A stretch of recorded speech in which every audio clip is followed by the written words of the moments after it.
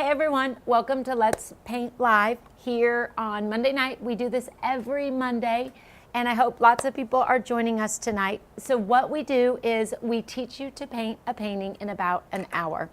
And tonight's is maybe our first one that goes towards Christmas. We're super excited here at Plaid that Christmas and the holidays and painting and crafting for Christmas. So tonight is a little bit of winter and a little bit of Christmas. For anyone that's new to this, I wanted to let you guys know that Caitlin is here in the studio with me tonight. So if you guys have any questions while we're painting about the technique, or you want me to hold up the painting so you guys can see a detail, just put that in the chat and Caitlin will answer your question or relay it to me, and we want to make sure that you guys have a perfect class. Okay, so with that said, first I'm going to go over all of the supplies that you are going to need for tonight's class. And again, we are doing this really fun winter, little touch of Christmas with the lights, winter scene. And we're doing something kind of unique tonight. So we're using our Let's Paint Live kit, which is all of the beautiful folk art matte acrylics. And then you get the brushes also. So for those of you that already have the kit, we're using all of the supplies in there. But we're doing it a little bit different tonight. We have added to our supply list folk art home decor chalk paint. And the reason we added that is when we base coat our canvas with this ultra matte chalk paint, it allows the folk art matte acrylics to work like a watercolor. So you can see all these areas where the paint kind of bled, kind of created those halos, kind of blended together with the look of watercolor. That is because of our folk art home decor chalk base coat. Okay, so the supplies that you're going to need, if you don't have the Let's Paint Live kit, I'll go over each color. You're going to need wicker white and licorice, so black and white. And then you are going to need daffodil yellow, apple red, this beautiful bright pink, navy blue, 2 greens, classic green and thicket, and then 2 blues, Dutch aqua and regular aqua. And every time we teach a class, I get a question about colors. So you guys, if you don't want to use pink, don't use it. If you want to use purple, if you don't want to add lights to your Christmas tree and you just want to do a really fun winter painting instead, absolutely make your painting what you want. We're going to focus mostly on the technique, but be creative and have fun. So if you don't have the same colors, do not worry at all. Okay, and then in the supplies, I called for a 10 by 10 canvas, but I'm kind of hoping that I'm going to do it a little bigger tonight, and so you guys can see it better. So that's the only reason why my canvas is a little bit bigger than yours. But also, same rule applies to your canvas. If you want to use a larger canvas, if you want to use a 12 by 12 or a 16 by 20 and you want to paint vertical or horizontal, whenever I teach, I love to teach you guys techniques, so you don't have to do the exact composition that I do. Okay, if you've got the Let's Paint Live kit, which you should, and if you don't, you should get it because it's fabulous, and we always use the supplies out of that kit. It comes with a fabulous 10-piece brush set, but I'm going to tell anyone that doesn't have the specific kit, all we're going to need tonight is maybe a medium, a little bit larger, so a couple different size flat brushes. This is a 12, 8, and 10. And then you're going to want some type of liner brush. So this is a #1 liner brush, but some type of brush that allows you to get a little bit thinner area. And that's really all that you're going to need. Okay. Do you mind raising? Oh. Do you mind raising up the painting to the camera? I absolutely don't mind. Let's see. There we go. Thank you very much.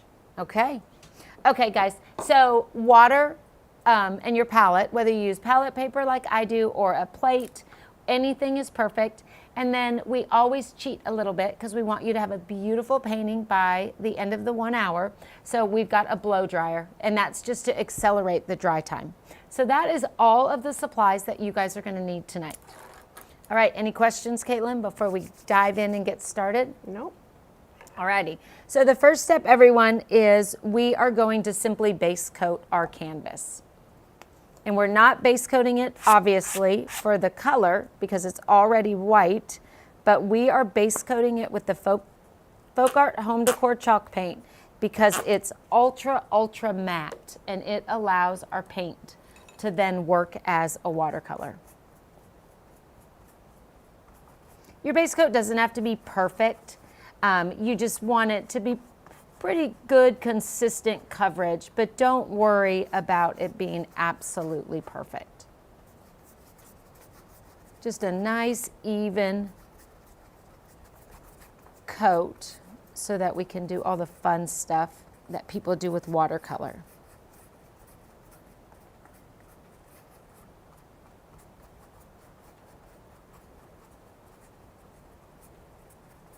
The chalk paint is so perfect for all the things that everyone does. Redoes furniture, lots of great home decor projects, distressing and sanding it to reveal layers and layers of different colors.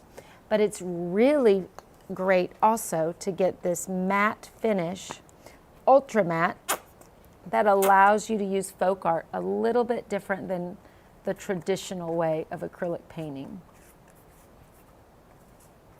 It's kind of thinking outside the box a little.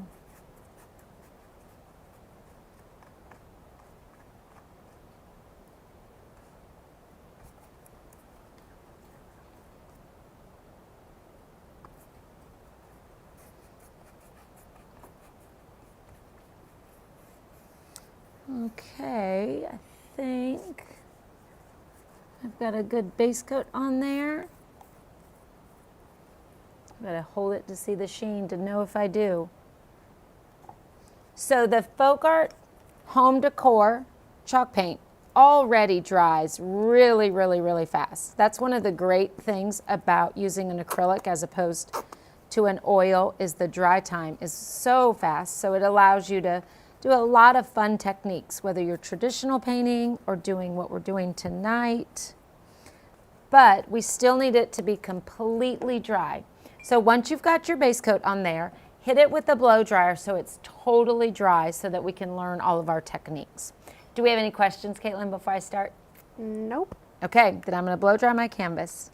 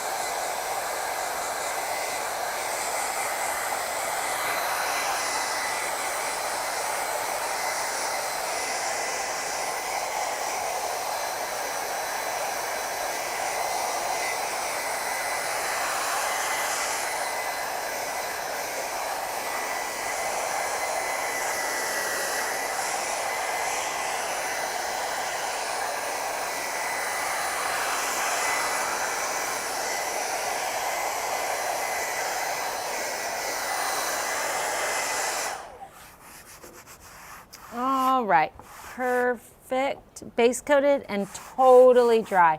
And that is important, everybody. You want it to be totally dry because if it's not, you won't get the same finish and the same technique. You want your base coat to be totally dry.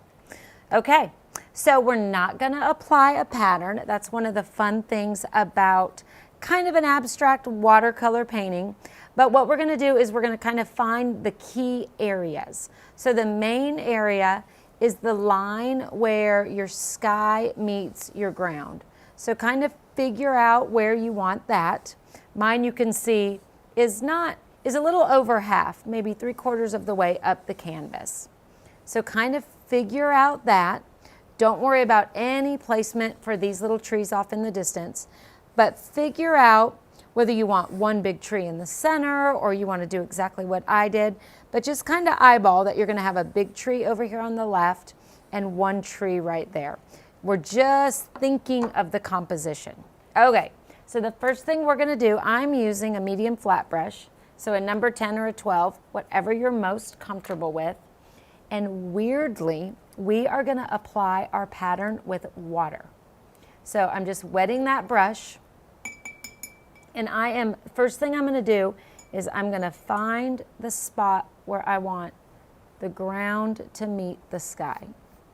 Now this is going to be tricky. I'm going to see if I hold that up and kind of, yeah, see, it's just wetting the area.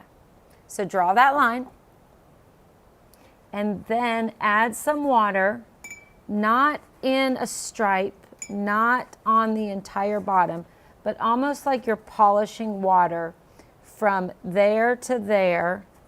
Nope, no big puddles, but just wetting that folk art home decor chalk paint. Going back a little bit, Dorothy would like to know if the blow dryer can make the paint bubble or flake at all. It normally doesn't. No, not at all. The only time that it might, Dorothy, is if you had already had maybe a color or you've already had something painted on that canvas. But no, it shouldn't. Okay, you guys, I'm getting a little bit of navy blue.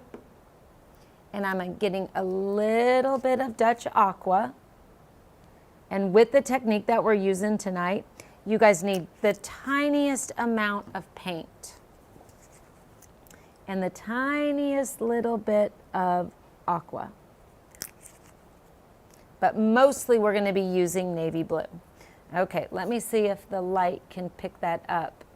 And you guys, there's no right or wrong. You're just adding water to the center section where the sky will meet the ground, and then just a few brush strokes right below that. And if you get it further down, if you get it, anything that we're doing right now will not at all mess up your painting.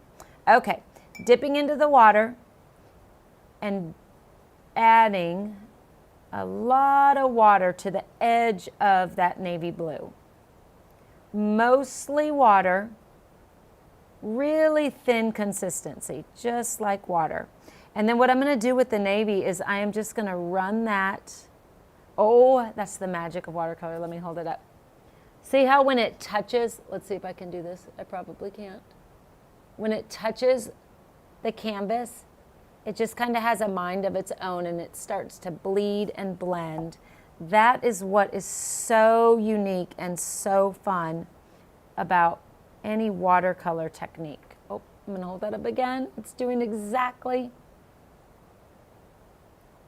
If you want precise painting, watercolor is probably not going to be your favorite because the paint really does kind of do and move and blend a little bit on its own.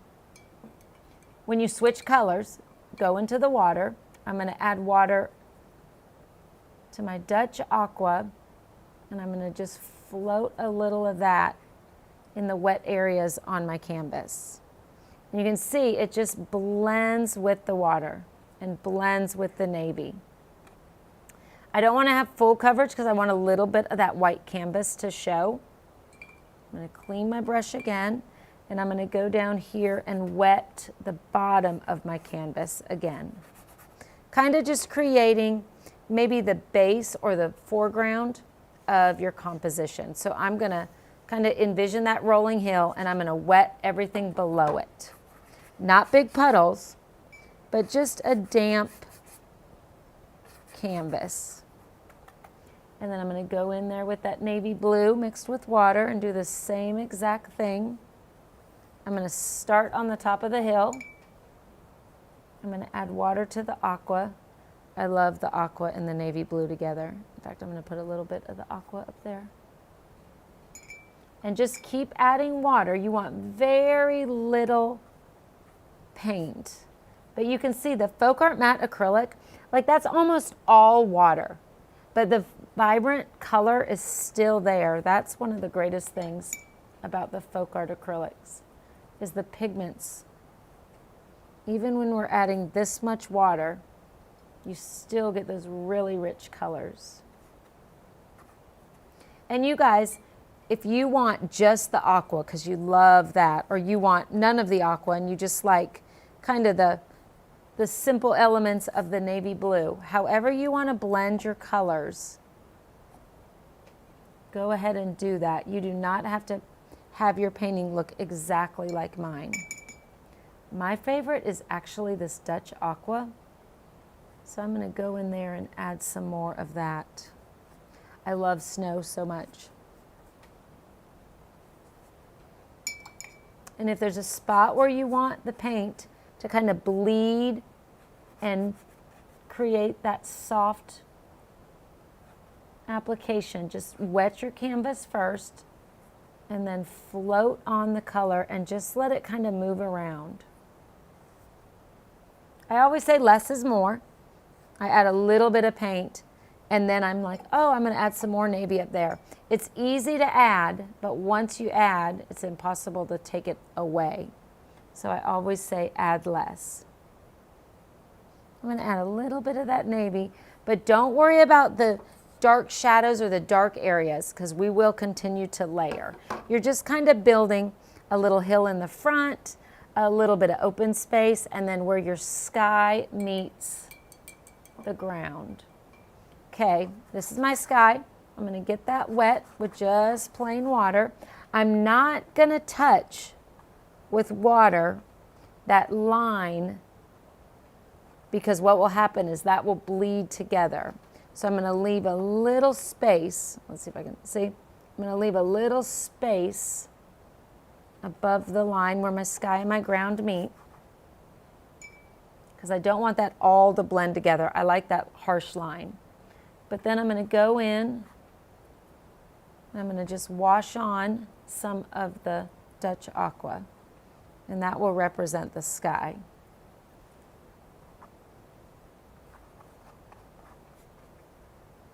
You guys, I love where like there's some canvas showing there.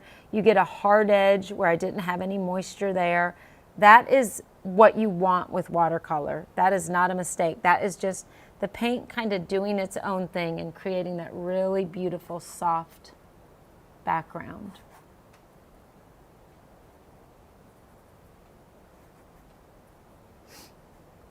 Okay, I think my sky is where I want it. Okay, so now we are going to place our trees. I am going to switch to, what is this? A number 8 flat brush. And I'm going to get my 2 greens onto my palette. Classic green, and same thing, very little paint for tonight's class. And then thicket, just a little. All right, so what we're going to do first is we're just going to simply place our trees. I'm going to get water and add that to both of my greens so it's already watered down and ready to go. I'm going to do my classic. All right, so now you don't want water just dripping out of your brush, but you want a damp brush. I'm going to go into that watered down green, and all I'm going to do at first is place the tree. So I'm going to do that by using the chisel edge, which is the end of the bristles, and just a thin line that represents the trunk, but it just gives a little home for my tree. Don't worry if it blends, that's all good, you want it to do that, but that just gives my mind a place that I'm going to plant him. And then my big tree over here on the left, I know is kind of going to be the focus of my painting. So I'm going to start up here in the sky. Again, don't worry if it bleeds because your canvas is wet. I'm just creating placement. So he's the closest, so that's why he's the tallest. I'm going to make that just a little bit thicker so I can see where my little tree is. So those are going to be the two in the foreground. And then I'm going to go back here way in the distance, and I'm going to just do a few little lines. Don't make them perfectly spaced. Don't make them exactly the same. Maybe this one will be a little bit taller, because you want your composition to be really organic. And if you do straight up and down exactly the same, it's going to look more like a fence than a little group of trees. So that is just placement. It actually looks kind of fun. I'm going to hold that up. See where it grabbed. Oh, I'm never good at that. See where it grabbed the moisture? And those, at least, those really are kind of shaped like a tree already. But that is just placement. Again, if you want just one dominant tree, that's okay. Do the composition exactly how you want to do it. Okay. So the technique for building the tree, I'm going to start with this little guy. Same brush, watered down paint, chisel edge only. I'm going to do a little tick mark at the top. I'm going to do a little bit longer one there, a little bit longer, letting the paint bleed for sure, but getting a little bit longer as I get to the bottom, but still leaving space in between.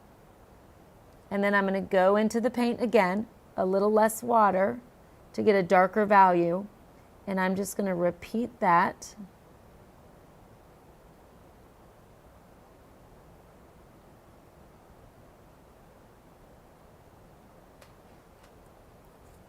Kind of hold it up, see, shape is right. Still not complete at all, but you're just kind of starting to develop the shape of the tree. And I'm going to do that same technique over here on my big one. A little dash at the top.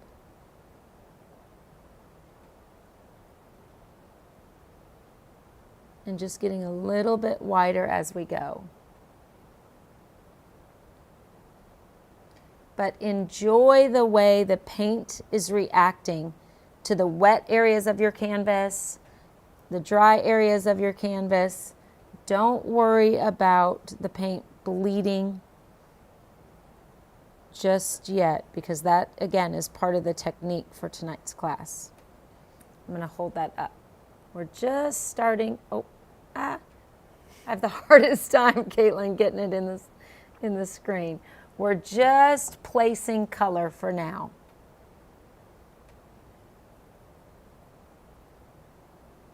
To get a darker green, I'm going to go into more of the folk art and less of the watered down paint.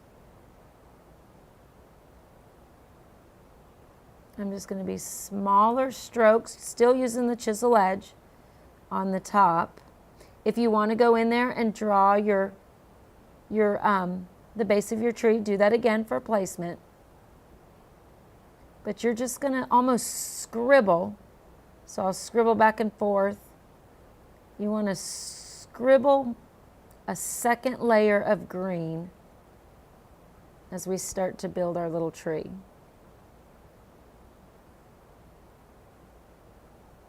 But you want to keep a little bit of water in your brush, because you don't want your background to be watercolor and then your tree to be a totally different style. So use both the watered down paint and paint with less water, just to get all the different shades of green. Now go back and forth in both your greens. Your classic is a little bit lighter, just so you get all that great depth.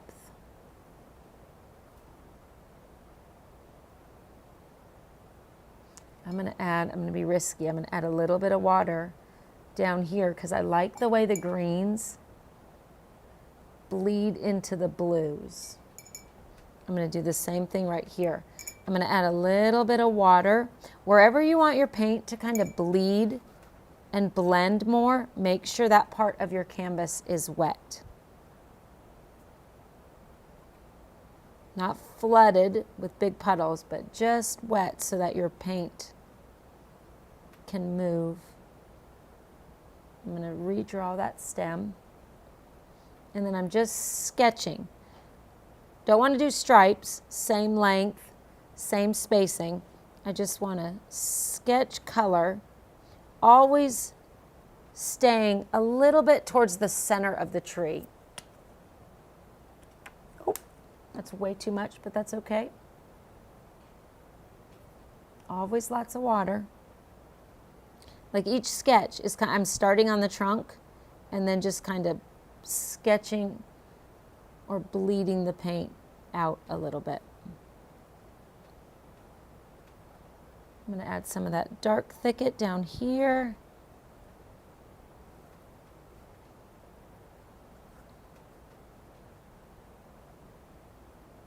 A little bit on him.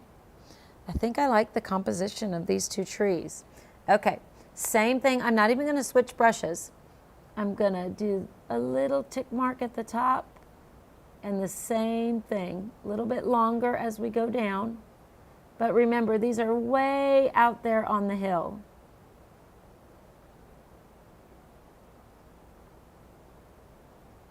So I'm just, that's the classic green. I'm just scribbling, but getting a little bit wider as we go. And still mostly, if you need to redraw the trunk of your tree, go for it. But a little stroke at the top and then just get a little bit wider so you've got that natural tree shape.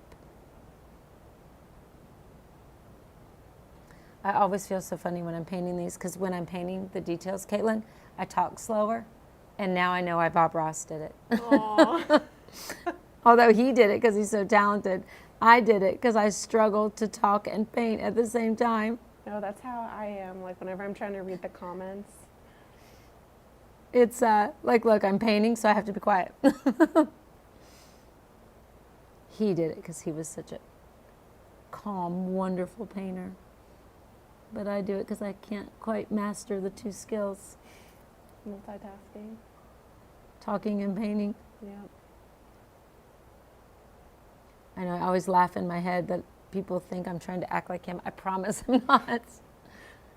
I'm going to just go back in there and just keep layering it until the trees way out in the distance are the look that you want. But let it bleed together because it's just such a unique and a really classic look when watercolors blend like that. Okay. So I am going to kind of step back, look at it. Is the blue dark enough? Is my sky kind of the color that I want? I actually think it is. I might go in, you know what, I actually like this one better than the last one. I'm going to leave that hard aqua there where I favored the navy last time. But I'm going to go in over here and add a little bit of the navy. So I'm just adding water if you need to, if your canvas is dry. I'm going to go into that watered down navy and just put a little dark shadow under that tree. This is my main tree, the one I'm going to add the Christmas lights to. I'm actually going to sneak some of that aqua too. I love the way it looks on this one. And you're using the Folk Art matte acrylic paints. Yep, all Folk Art matte acrylic in our Let's Paint Live kit. But our little trick for tonight is our base coat is home decor chalk, which gives it that ultra, ultra matte that allows all the characteristics of traditional watercolor. Yes, and then all of that should be in the description. If you go to our YouTube channel, we're also live on there. And then it'll be on there, there's a link, and it goes to plaidonline.com with all the stuff that she's using today. Perfect. Okay, guys, all I'm doing is going into my thicket, and I'm just making a few dark areas on these trees that are out in the distance. My canvas was really wet, which I love, but now I'm going to go in there and just add just a little bit of detail.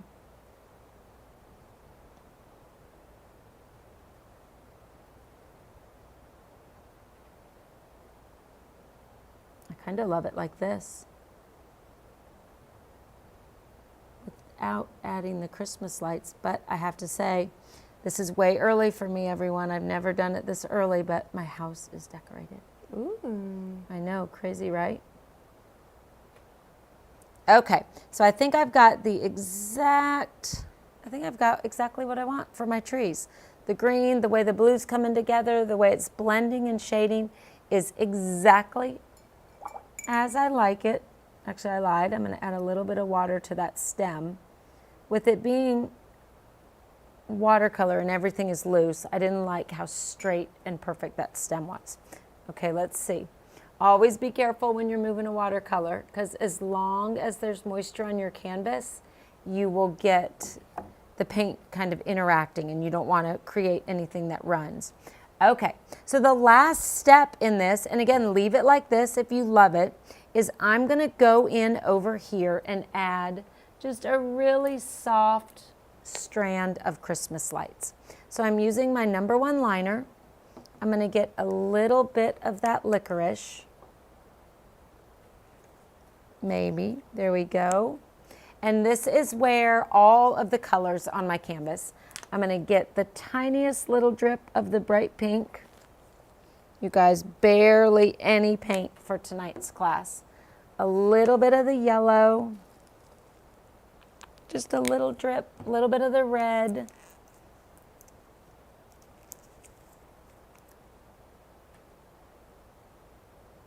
These are going to just be for my Christmas lights. I think I'll probably do one aqua. I've already got that there. Okay, so no water this time. And the reason for that is it will automatically bleed a little bit just because you've got moisture on your tree. If your tree over here is completely dry, do add a little bit of water to your licorice, to your black, because you want it to stay this look. You don't want a really harsh black line. And all I'm going to do is a little zigzag. I'm going to start at the top. Just going to really lightly, see how it's in the moisture, so it's bleeding a little bit because my canvas is wet. Make some a little bit deeper, some go way out to the edge of your tree. You want it to just look like it just kind of fell on this tree. You don't want it to be exact, like a Z. I think maybe that's it. I'm not going to put any lights in there, so you can see the black. It's still doing its thing. It's blending a little bit with the green. It's kind of running and transparent, so it looks like traditional watercolor. I'm going to clean that brush and add a little bit of water to my colors for the bulbs. A little water in the pink, a little water in the red, a little water in the yellow. I might make an orange, which is a little bit of red and a little bit of yellow. Whatever color you want your Christmas lights. And then all I'm going to do is touch. You can see I'm really not even painting. I'm just touching down. Let's see. The canvas is wet. The tree is wet. I'm just touching down on. Can you guys see that, Caitlin? You know, it's hard to see. Yeah. Oh, there you go. I'm just touching down on the cord or the black line. Space them apart really naturally. Don't go orange, red, yellow, orange, red, yellow. You want it to just be really natural. Now, if this is not a testimony to folk art, I don't know what is, because you guys look, it's watered down pink. Anyone that has ever painted in their life knows that pink is a hard color to base coat with. Watered down pink over green and navy and blue. And look, you still have such a really great, vibrant color. That's because the pigments are just wonderful. There's so many things that you can do with the Folk Art Matte acrylics. Going into the red.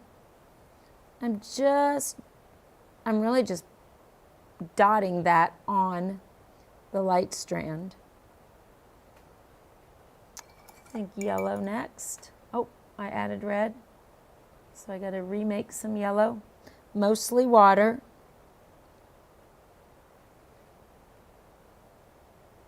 I mean, really, look at that. Yellow on wet green, and it still stays yellow. There's so much fun stuff we can do. So I've got my little lights. Oh, you know what? I did aqua before. I'm loving that aqua today. Aqua and a little bit of water. I'm going to add some bulbs in the aqua that I love.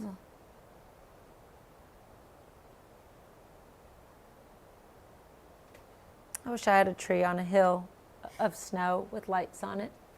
But just a little pop of color that makes it seasonal and makes it Christmas. And because all of this is traditional watercolor technique, let your strand of lights also be that. See where that yellow one is bleeding a little bit? That is the look that you want, because it just makes your entire painting work really well together. All right, so the very last step is the snow. So all I'm going to do is take the wicker white and put that on my palette. I'm going to take, let's see, maybe a number 12 flat brush and mix water. And this, we would do equal parts of the white, wicker white, and equal parts water. You don't want it as watery as our watercolor technique, but you definitely want it thinner than what comes out of the bottle. So just mix that up. And then have it on your brush, but what I say is kind of roll your brush out of there, because you don't want so much it's just dripping. And then this is just the most simple, easy technique. A lot of people splatter by flinging their brush or using their finger and raking it, and then it's just a big mess. I like to hold the brush at the very end. This one has the paint, and then find any other brush, and then you just tap it. It allows you to place the splatter exactly where you want it. So I'm going to make it kind of heavy on the ground because it just snowed. I'm going to definitely let it hit the trees. A little bit on my trees in the distance. I like the way it looks on the navy, so I'm definitely going to let it hit the navy. I love this painting so much more than the first one because all of this is doing exactly what I wanted it to do and just blending together so nice. Pick up paint as you need it and add really as much snow as you like, but definitely heavy on my trees. All right, I think that's it. I've got a little winter scene, watercolor, really fun technique, some snow falling, and then a little touch of Christmas. All right, Caitlin, do we have any questions? No, we do not. Oh, well, everyone, thank you so much for joining us. Let this dry until it's totally dry, which will be less than an hour. You just don't want to move it with all that moisture on your canvas. So everybody, thanks for joining us. Every Monday, we'll have a new class, new instructors, lots of great classes for all of our Christmas crafting. So we hope you guys join us next time. Oh, and I always love to see what you guys create. So share with hashtag plaid crafts, right? Caitlin always knows. Hashtag plaid crafts, yes. And share your painting because we love